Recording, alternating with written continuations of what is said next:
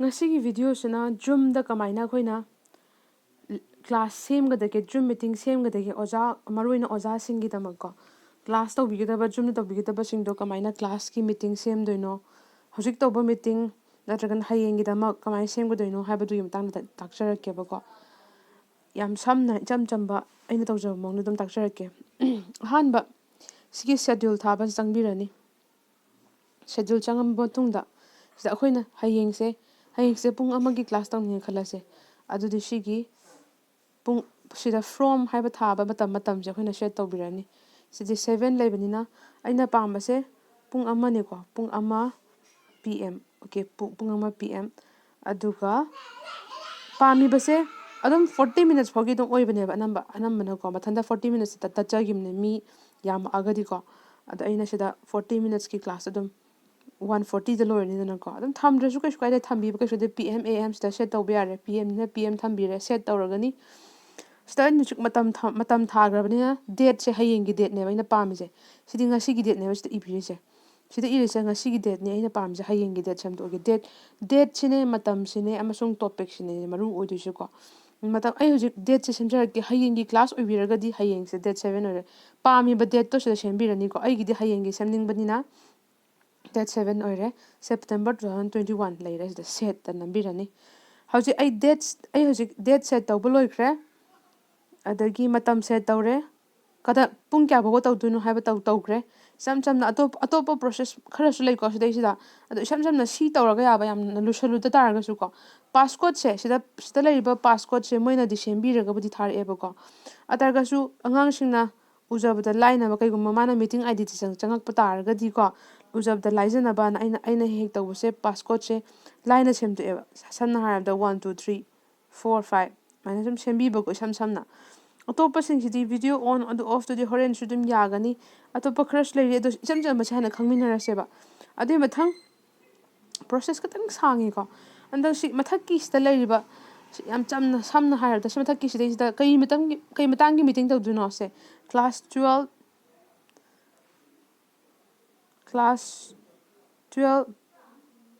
subject amata haisale biology class 12 biology haraga adum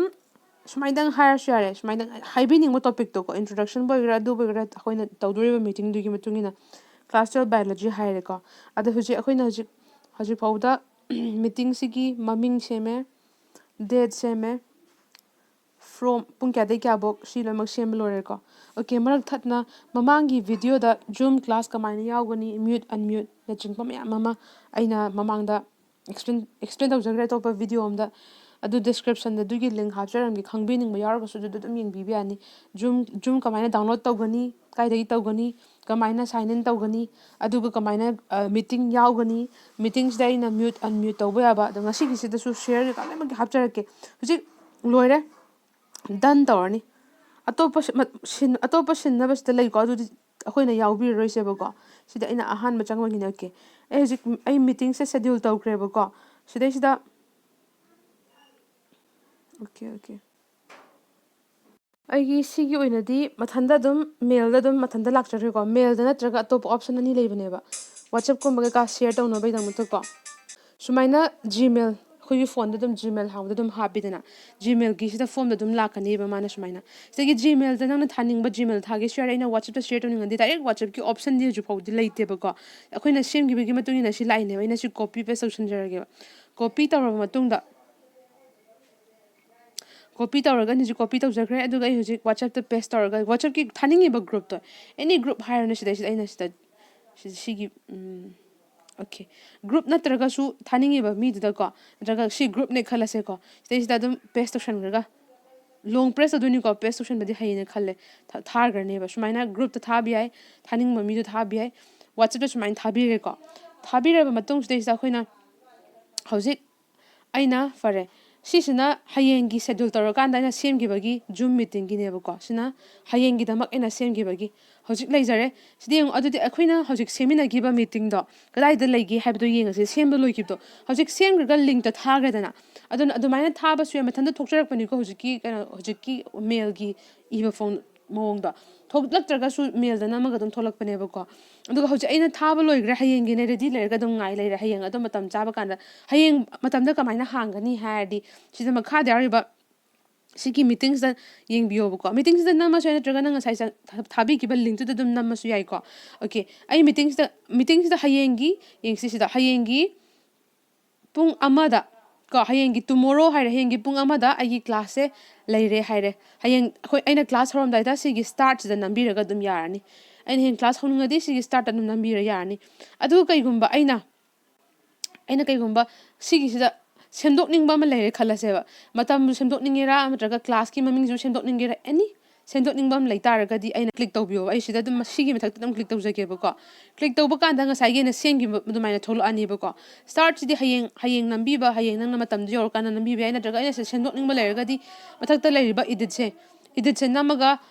ꯏꯗꯤꯠꯁꯦ ꯑꯩ ꯍꯧꯖꯤꯛ ꯅꯝꯖꯒꯦꯀꯣ ꯏꯗꯤꯠꯁꯦ ꯅꯝꯃꯕ ꯃꯇꯨꯡꯗꯉꯁꯥꯏ ꯁꯦꯝꯃꯤꯟꯅꯈꯤ ꯑꯗꯨꯃꯥꯏꯅ ꯂꯥꯛꯑꯦ ꯁꯤꯗ ꯁꯦꯝꯗꯣꯛꯅꯤꯡꯕ ꯃꯑꯣꯡꯗ ꯁꯦꯝꯗꯣꯛꯄꯤꯔꯒ ꯑꯃꯨꯛ ꯗꯟ ꯇꯧꯕ ꯀꯥꯟꯗ ꯉꯁꯥꯏ ꯑꯗꯨꯃꯥꯏꯅ ꯑꯗꯨꯝ ꯃꯊꯟꯗ ꯁꯤꯒꯤ ꯃꯦꯜꯒꯤ ꯐꯣꯝꯗ ꯊꯣꯛꯂꯛꯀꯅꯤꯕꯀꯣ ꯆꯞ ꯃꯥꯟꯅꯕ ꯂꯤꯡꯛ ꯍꯣꯡꯉꯛꯀꯅꯤꯀꯣ ꯏꯗꯤꯠ ꯇꯧꯈ꯭ꯔꯒꯗꯤ ꯑꯗꯣ ꯁꯨꯃꯥꯏꯅ ꯆꯞ ꯃꯥꯟꯅꯔꯦ ꯏꯗꯤꯠ ꯇꯧꯕꯒꯤꯁꯨ ꯇꯥꯛꯆꯔꯦ ꯍꯧꯖꯤꯛ ꯃꯤꯇꯤꯡ ꯁꯦꯠ ꯇꯧꯕꯁꯨ ꯇꯥꯛꯆꯔꯦ ꯂꯣꯏꯅꯃꯛ ꯁꯤꯗ ꯂꯩꯔꯦ ꯑꯩꯈꯣꯏꯅ ꯌꯦꯡꯃꯤꯟꯅꯕꯗꯣ ꯃꯈꯥꯒꯤꯁꯤꯗ ꯃꯤꯇꯤꯡꯗ ꯌꯦꯡꯕꯅꯤ ꯃꯦꯟ ꯄꯦꯖ ꯂꯥꯛꯀꯦ ꯍꯥꯏꯔꯒꯅ ꯁꯤꯒꯤ ꯃꯤꯠꯁ ꯑꯦꯟ ꯆꯥꯔꯠꯁꯤꯗ ꯂꯥꯛꯄꯅꯤꯀꯣ ꯑꯣꯀꯦ ꯑꯗꯨꯗꯤ ꯑꯩꯅ ꯍꯧꯖꯤꯛ ꯉꯥꯏꯍꯥꯛꯀꯤ ꯈꯨꯗꯛꯀꯤ ꯑꯣꯏꯕ ꯃꯤꯇꯤꯡ ꯑꯃ ꯁꯤꯟꯅꯤꯡꯉꯤ ꯈꯜꯂꯁꯦꯕ ꯈꯨꯗꯛꯀꯤ ꯑꯣꯏꯕ ꯃꯤꯇꯤꯡꯁꯦ ꯁꯤꯟꯅꯤꯡꯉꯤ ꯈꯜꯂꯁꯦ ꯇꯥꯔꯒꯗꯤ ꯁꯤꯒꯤ ꯂꯩꯔꯤꯕ ꯅ꯭ꯌꯨ ꯃꯤꯇꯤꯡꯁꯤꯗ ꯅꯝꯕꯤꯔꯣ ꯈꯨꯗꯛꯁꯤꯗ ꯅ꯭ꯌꯨ ꯃꯤꯇꯤꯡꯁꯤꯗ ꯅꯝꯕꯤꯔꯣ ꯑꯗꯨꯒ ꯑꯗꯨ ꯅꯠꯇ꯭ꯔꯒꯁꯨ ꯁꯤꯅ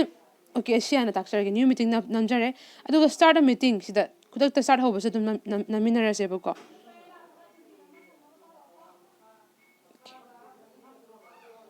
ꯄꯥꯔꯇꯤꯁꯤꯄꯦꯟꯠꯁꯤꯗ ꯅꯝꯕꯤꯔꯣ ꯑꯩ ꯍꯧꯖꯤꯛ ꯅꯝꯖꯒꯦ ꯄꯥꯔꯇꯤꯁꯤꯄꯦꯟꯠꯇ ꯅꯝꯖꯒꯦ ꯅꯝꯕ ꯀꯥꯟꯗ ꯄꯥꯔꯇꯤꯁꯤꯄꯦꯟꯠ ꯊꯣꯛꯂꯛꯀꯅꯤ ꯍꯧꯖꯤꯛꯇꯤ ꯑꯩ ꯏꯊꯟꯗꯒꯤꯅꯤꯅ ꯑꯩ ꯏꯊꯟꯗ ꯍꯣꯁ ꯃꯤ ꯍꯥꯏꯔ ꯊꯣꯛꯑꯦꯗꯅꯀꯣ ꯁꯤꯗ ꯃꯈꯥꯗ ꯏꯟꯚꯥꯏꯠ ꯑꯅ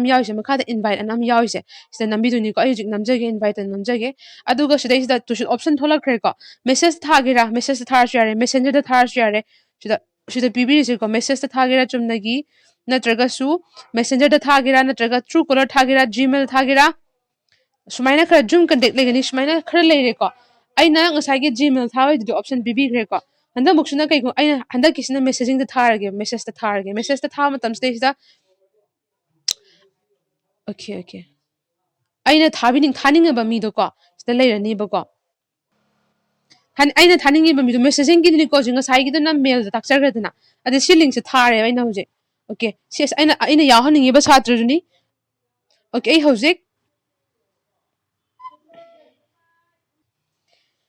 ꯍꯧꯖꯤꯛꯀꯤꯗꯣ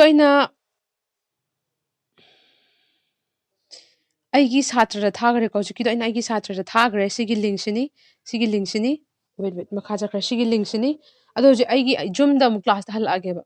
ꯖꯨꯝ ꯀ꯭ꯂꯥꯁꯇꯨꯗ ꯑꯩꯗꯤ ꯍꯧꯖꯤꯛ ꯇꯧꯔꯤꯕꯅꯦꯕ ꯁꯤꯒꯤ ꯖꯨꯝꯁꯦꯀꯣ ꯁꯤꯒꯤꯁꯦ ꯄꯥꯔꯇꯤꯁꯤꯄꯦꯟꯒꯤ ꯃꯄꯥꯁꯦ ꯀ꯭ꯂꯣꯖ ꯇꯧꯅꯤꯡꯉꯗꯤ ꯃꯊꯛꯇ ꯂꯩꯌꯦꯕ ꯀ꯭ꯂꯣꯖ ꯅꯝꯃ ꯀꯥꯟꯗ ꯑꯗꯨꯝ ꯍꯥꯟꯅꯒꯤ ꯄꯦꯖꯇꯨ ꯊꯣꯛꯂꯛꯑꯅꯤꯕ ꯁꯤ ꯑꯩꯁꯦ ꯀ꯭ꯂꯥꯁ ꯇꯧꯔꯤꯕꯗꯨꯅꯤꯀꯣ ꯁꯤꯗꯩꯁꯤꯗ ꯑꯩꯒꯤ ꯁꯥꯇ꯭ꯔꯗꯨꯅ ꯆꯪꯉꯛꯇꯣꯏꯅꯦꯕ ꯁꯥꯇ꯭ꯔꯁꯤꯅ ꯆꯪꯉꯛꯄꯗꯣ ꯑꯗꯨꯁꯨ ꯍꯥꯞꯆꯔꯛꯑꯒꯦꯕ ꯍꯧꯖꯤꯛꯀꯣ ꯁꯥꯇ꯭ꯔꯗꯨꯅꯁꯨ ꯍꯧꯖꯤꯛꯀꯤ ꯂꯤꯡꯛꯇꯨ ꯁꯤꯖꯤꯟꯅꯔꯒ ꯆꯪꯉꯛꯑꯅꯤꯕꯀꯣ ꯆꯪꯉꯛꯄꯁꯤꯗꯩꯁꯤꯗ ꯁꯥꯇ꯭ꯔ ꯆꯪꯉꯛꯑꯦ ꯍꯥꯏꯕꯁꯦ ꯑꯦꯗꯃꯤꯠ ꯇꯧꯕ ꯅꯠꯇ꯭ꯔꯒꯅ ꯃꯊꯟ ꯆꯪꯖꯔꯛꯄ ꯑꯅꯤꯁꯤ ꯃꯅꯨꯡꯗ ꯂꯩꯔꯦ ꯑꯦꯗꯃꯤꯠ ꯇꯧꯕꯒꯤꯁꯨ ꯍꯥꯏꯖꯔꯛꯀꯦ ꯑꯗꯨꯒ ꯃꯊꯟ ꯆꯪꯖꯔꯛꯄꯩꯁꯨ ꯍꯥꯏꯖꯔꯛꯀꯦꯀꯣ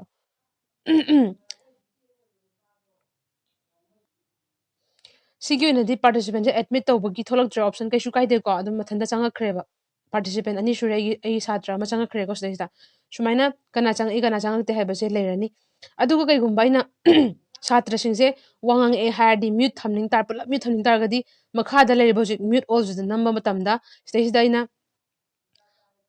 ꯁꯤꯒꯤ ꯒ꯭ꯔꯤꯟ ꯕꯇꯟꯁꯦ ꯑꯃꯨꯛ ꯅꯝꯃꯒ ꯃ꯭ꯌꯨꯠ ꯑꯣꯜ ꯊꯝꯕ ꯃꯇꯝꯗ ꯁꯥꯇ꯭ꯔ ꯃꯌꯥꯝꯁꯦ ꯃꯊꯟꯇ ꯍꯥꯟꯅ ꯑꯟꯃ꯭ꯌꯨꯠ ꯇꯧꯔꯝꯃꯁꯨ ꯃ꯭ꯌꯨꯠ ꯊꯝꯈ꯭ꯔꯅꯤꯕꯀꯣ ꯑꯗꯨꯒ ꯑꯩꯅ ꯇꯥꯛꯐꯝ ꯊꯣꯛꯄꯁꯤꯗ ꯇꯥꯛꯇꯣꯏꯅꯦꯕꯀꯣ ꯑꯗꯨꯒ ꯑꯃꯨꯛ ꯉꯁꯥꯏ ꯑꯩꯅ ꯁꯥꯇ꯭ꯔꯁꯤꯡꯁꯦ ꯑꯃꯨꯛꯀꯁꯨ ꯃꯣꯏ ꯃꯌꯥꯝꯁꯦ ꯋꯥ ꯉꯥꯡꯕ ꯌꯥꯅꯕ ꯄꯥꯝꯃꯦ ꯍꯥꯏꯔꯒꯗꯤ ꯁꯤꯒꯤ ꯄꯥꯔꯇꯤꯁꯤꯄꯦꯟꯁꯤꯗ ꯑꯃꯨꯛ ꯆꯪꯉꯒ ꯃ꯭ꯌꯨꯠ ꯑꯣꯜꯁꯤꯗ ꯑꯃꯨꯛꯀꯁꯨ ꯅꯝꯃꯒ ꯁꯤꯒꯤ ꯒ꯭ꯔꯤꯟꯁꯦ ꯑꯃꯨꯛꯀꯁꯨ ꯁꯨꯃꯥꯏꯅ ꯑꯣꯟ ꯇꯧꯔꯒ ꯃ꯭ꯌꯨꯠ ꯑꯣꯜ ꯊꯝꯕ ꯃꯇꯝꯗ ꯃꯊꯟꯇ ꯁꯥꯇ꯭ꯔꯁꯤꯡꯁꯦ ꯋꯥ ꯉꯥꯡꯕ ꯌꯥꯔꯛꯑꯅꯤꯕꯀꯣ ꯌꯦꯡꯁꯤ ꯇꯣ ꯁꯤꯗ ꯑꯩꯈꯣꯏꯒꯤ ꯃꯥꯒꯤ ꯃꯥꯏꯀ꯭ꯔꯣꯐꯣꯟꯁꯦ ꯑꯟꯃ꯭ꯌꯨꯠ ꯇꯧꯕ ꯌꯥꯔꯦꯀꯣ ꯁꯤꯃ ꯂꯩꯔꯦ ꯍꯧꯖꯤꯛꯄꯨꯗꯤ ꯑꯃꯨꯛ ꯃ꯭ꯌꯨꯠ ꯇꯧꯍꯟꯈ꯭ꯔꯦ ꯑꯩꯅ ꯅꯥꯀꯟꯗ ꯏꯀꯣ ꯆꯠꯂꯛꯑꯅꯤꯅ ꯁꯤꯐꯥꯎꯕ ꯂꯩꯖꯔꯦ ꯑꯗꯨꯏ ꯃꯈꯥ ꯇꯥꯕꯗꯤ ꯁꯤꯗ ꯀꯃꯥꯏꯅ ꯂꯥꯏꯔꯤꯛ ꯇꯥꯛꯄ ꯃꯇꯝꯗ ꯁꯤꯗꯒꯤ ꯑꯩꯅ PDF ꯀꯨꯝꯕ ꯁꯦꯌꯔ ꯇꯧꯅꯤꯡꯉꯦ ꯈꯜꯂꯁꯦ ꯑꯩꯅ ꯑꯣꯖꯥ ꯑꯃ ꯑꯣꯏꯅ ꯑꯩꯒꯤ ꯑꯉꯥꯡ ꯃꯌꯥꯝꯁꯤꯗ PDF ꯁꯦꯌꯔ ꯇꯧꯅꯤꯡꯉꯦ ꯈꯜꯂꯁꯦꯀꯣ ꯑꯗꯨ ꯇꯥꯔꯒꯗꯤ PDF ꯁꯦꯌꯔ ꯇꯧꯕꯤꯒꯦ ꯑꯃꯨꯛ ꯍꯥꯏꯖꯔꯛꯀꯦ PDF share tꯧge hairdi makhagi share thamibasna nambiranibuko ke sida ke option legi yengminarasiko stage da koina hojik leise the Google Drive box photo document sina chingba leire whiteboard chan haijaram ge sida leiba whiteboard che ko whiteboard che kamaina sisina ga hantanda akoina whiteboard sida namatanda whiteboard holaga sida makhada sida amta haijage sida leiba pen se sida nambiyoba sida ubi ko myam sida leiba pen se sigi kolom man sida namma matamda sumain tholakani bako screen uriba kuding makse aina yekning ba yekpa iba khotpa loina yare khutna sida ining bako sida dagi eraser leire mthatna ba yam nungai bako color machu shingi hara sida shinbirani ko blue sisina gira red sisina gira okay sida aigi line se chingdoi se kayam yamna pahan sige pahan sige kayam thahan sige adudi sida khanbirani ba sigi aina ju number sida leiba myam sigi ko natraga ju sisina pointer ina sumaina thillaga takera aina yekraba matungda sumaina sigi leira tang okay adu muthat ke hadi clear my drawings da leire ko sumaina khara leire to sida su leire new whiteboard pa masu save putara su sida option khara leire yam phajare ko yam phajana option pibirame makha tabadi aina si close tawni harasu mathakta leijare sida leire ko close tawbirani sigi sida dum leiba sidi yam laire ko adagi ina stop share tawbase loining matamda sigi stop share da namaga lore sigi makha da leiba stop share da ko udre si stop share da namme ngasai gi hana gi video class mamang gi do lai ko hojik atopa ina document share tawning harasu ai document je kadai da lei habs ai gi phone da hana khangbi bam da karare photo share tawge su photo changbirani document ta ai gi device ta kadai da lei gi hadu ko sida ina ai gidi whatsapp to ina whatsapp ta gi ina tharakre ma rup na targadi sida gi ina hangi kholage harasu whatsapp documents ta sida ina atopa makhal sida PDF myam leer mani sida karam bu uhaningi no ga habs sida ina say for example pami badu sumaina blue tick tor matung da ko sa blue tick tor matung da pami do khalba matung da aina share mathakta leiba share si tokthokpa ko leire ko sa share da namjage targadi aina pami ba se PDF to sisine khala je ngaktangi di ko PDF to si tholakhreba aina sida zoom toroga sumaina ta ke zoom out tawba yare ada sida su ngasai do maina ngasai gi sigi keno se sigi kolom se man ba se seasoner kanda isin bi be apamba du i be ko color machu sangdana sina duni kain tak pi be yam laire ko yam thina laire aduga sima laire muthat pige harasu eraser taraga thak muthat pige lore sida khara haithoi singthoi badu mangaire ko sida ina haisigi bijanga saidagi PDF share tawbani hangde photo share tawbani hangde participants hapsan bani hangde participants hapsan ge harju participant option chalaga admit tawbiraga dum lore ko admit tawba masakta dum changak pane ko adudi akoina semi ba meeting dugi makha pole meeting makhal sem basu yai ko cham bada hapcharabane sida si yam laina yam samba mongda ina takshagre na khale aduga se aina ai je hoji host ne bako atopa mi ma host oheninge haragadi sigi ngasai gi participant da amhana chala makha da leba participant amhan changbira kanda aina sigi gunrani makha ge host hamning targa sida long press tawbiraga stage da make host haba option da tawbigera yare ko natragasu aina maje waiting room da thambigera remove tawgera option myam leire ma do ax to unmute tawhongera ax to start video loina mak leire ko chat tawgera sida tawning ba tawbare nang akhanaba mi da ko okay sima su leire aduga amana aina mayamda message ta kaygumba khara haininge punamakta ko mayamda message ta punamakta kaygumba khara haininge aina sumaya chin haibas dana tana class to busana tana message ta punamakta haining targadi makha da leriba sigi more haba option am leise si changbiba more an option leiba si changbira matunda sida chat anam leise ubi ko chat sida namjage bo chat ta namjaba matamda sida everyone anam le everyone sida aina everyone le matam manungda message iba matamda hi everyone hi all and aina iningiba message iraga send taw matamda si udoise mi punamak uniba maramdi si everyone thameba ko wait si everyone thameba ko adu aigi class tadi mi myam maktuni angang khanabda thaningi nang toido lale ko le nang do sumaina taro ko lore haining targadi everyone ge mutana manga angang ge list tholakani ko angang ge list ina sida mi tang lebani na si thole mi do nambirani okay send to yum khabam gunrani ore target sida nangi do voice on taw bo harasu ko on tawbiyo harasu sumaina thab matamda sise direct message only to gunrani mi punamun ubo phangoy ko amkasu everyone on thoki haradi ꯁꯤꯒꯤ ꯒꯨꯟꯔꯥꯅꯤꯗ ꯑꯃꯨꯛ ꯅꯝꯕꯤꯕ ꯑꯗꯨꯒ ꯑꯦꯚ꯭ꯔꯤꯋꯥꯟꯗ ꯑꯃꯨꯛꯀ ꯅꯝꯕ ꯑꯗꯨꯃꯥꯏꯅ ꯈꯔ ꯂꯩꯔꯦ ꯁꯤꯅ ꯑꯩꯅ ꯃꯦꯁꯦꯁꯇ ꯃꯤꯉꯣꯟꯗ ꯄꯥꯎ ꯄꯤꯅꯤꯡꯉꯒꯗꯤ ꯑꯗꯨꯒ ꯂꯣꯏꯔꯕ ꯃꯇꯨꯡꯗ ꯁꯤ ꯀ꯭ꯂꯣꯖ ꯇꯧꯕꯤꯕ ꯀ꯭ꯂꯣꯖ ꯇꯧꯔꯀꯥꯟꯗ ꯑꯗꯨ ꯉꯁꯥꯏꯒꯤ ꯐ꯭ꯔꯟ ꯄꯦꯖꯇ ꯑꯃꯨꯛ ꯊꯣꯛꯂꯛꯑꯅꯦꯕ ꯑꯣꯀꯦ ꯁꯤ ꯑꯩꯅ ꯁꯤꯌꯔ ꯇꯧꯈꯤꯕ ꯄꯤ ꯗꯤ ꯑꯦꯐꯇꯨꯅꯤ ꯁꯤꯌꯔ ꯇꯧꯈꯤꯕ ꯄꯤ ꯗꯤ ꯑꯦꯐꯁꯦ ꯑꯃꯨꯛ ꯑꯩꯅ ꯁꯨꯝ ꯃꯊꯪ ꯃꯊꯪ ꯆꯤꯡꯉꯒ ꯖꯨꯝ ꯇꯧꯗꯧꯗꯅ ꯇꯥꯛꯇꯅ ꯂꯣꯏꯔꯦ ꯈꯜꯂꯁꯦ ꯇꯥꯔꯒꯗꯤ ꯍꯧꯖꯤꯛ ꯑꯩꯅ ꯀ꯭ꯂꯥꯁꯁꯦ ꯂꯣꯏꯁꯜꯂꯕꯅꯤꯅ ꯅꯠꯇ꯭ꯔꯒ 40 ꯃꯤꯅꯠꯀꯤ ꯀ꯭ꯂꯥꯁꯁꯦ ꯃꯊꯪ ꯇꯠꯈꯤꯕꯁꯨ ꯌꯥꯏ ꯅꯠꯇ꯭ꯔꯒꯁꯨ ꯀ꯭ꯂꯥꯁꯁꯦ ꯂꯣꯏꯁꯜꯂꯕꯅꯤꯅ ꯑꯩꯅ ꯁ꯭ꯇꯣꯞ ꯁꯤꯌꯔꯁꯦ ꯅꯝꯕ ꯃꯇꯝꯗ ꯁꯤꯒꯤ ꯁ꯭ꯇꯣꯞ ꯁꯤꯌꯔ ꯃꯈꯥꯗ ꯂꯩꯔꯤꯕ ꯁ꯭ꯇꯣꯞ ꯁꯤꯌꯔꯁꯦ ꯅꯝꯕ ꯃꯇꯝꯗ ꯑꯩꯒꯤ ꯁꯤꯌꯔꯤꯡꯁꯦ ꯂꯣꯏꯈ꯭ꯔꯅꯦꯕꯀꯣ ꯁꯨꯃꯥꯏꯅ ꯑꯩꯈꯣꯏꯅ ꯑꯣꯖꯥꯅ ꯇꯦꯛꯅꯤꯛ ꯃꯌꯥꯝ ꯁꯤꯒꯨꯝꯕ ꯃꯌꯥꯝꯁꯦ ꯁꯤꯖꯤꯟꯅꯕꯤꯔꯒ ꯀ꯭ꯂꯥꯁ ꯐꯖꯅ ꯂꯧꯕꯤꯕ ꯌꯥꯏ ꯑꯗꯨꯒ ꯀ꯭ꯂꯥꯁꯁꯦ ꯂꯣꯏꯔꯦ ꯂꯣꯏꯁꯤꯜꯂꯒꯦ ꯍꯥꯏꯇꯥꯔꯒꯗꯤ ꯃꯊꯛꯇ ꯂꯩꯔꯤꯕ ꯁꯤ ꯃꯊꯛꯇ ꯂꯩꯔꯤꯕ ꯑꯦꯟ ꯕꯇꯟꯁꯤꯗ ꯅꯝꯕꯤꯔꯅꯦꯕꯀꯣ ꯁꯤ ꯃꯊꯛꯇ ꯂꯩꯔꯤꯕ ꯑꯦꯟ ꯕꯇꯟꯁꯤꯗ ꯅꯝꯕꯤꯔꯅꯤ ꯍꯧꯖꯤꯛ ꯌꯦꯡꯉꯣ ꯃꯌꯥꯝ ꯁꯤꯗ ꯀꯩꯝ ꯊꯣꯛꯇ꯭ꯔꯦꯗꯅ ꯁꯦ ꯑꯃꯨꯛ ꯑꯣꯟꯊꯣꯛꯍꯟꯒꯦ ꯍꯥꯏꯔꯗꯤ ꯃꯃꯥꯡꯒꯤ ꯄꯦꯖ ꯑꯗꯨꯝ ꯅꯝꯕꯤꯕ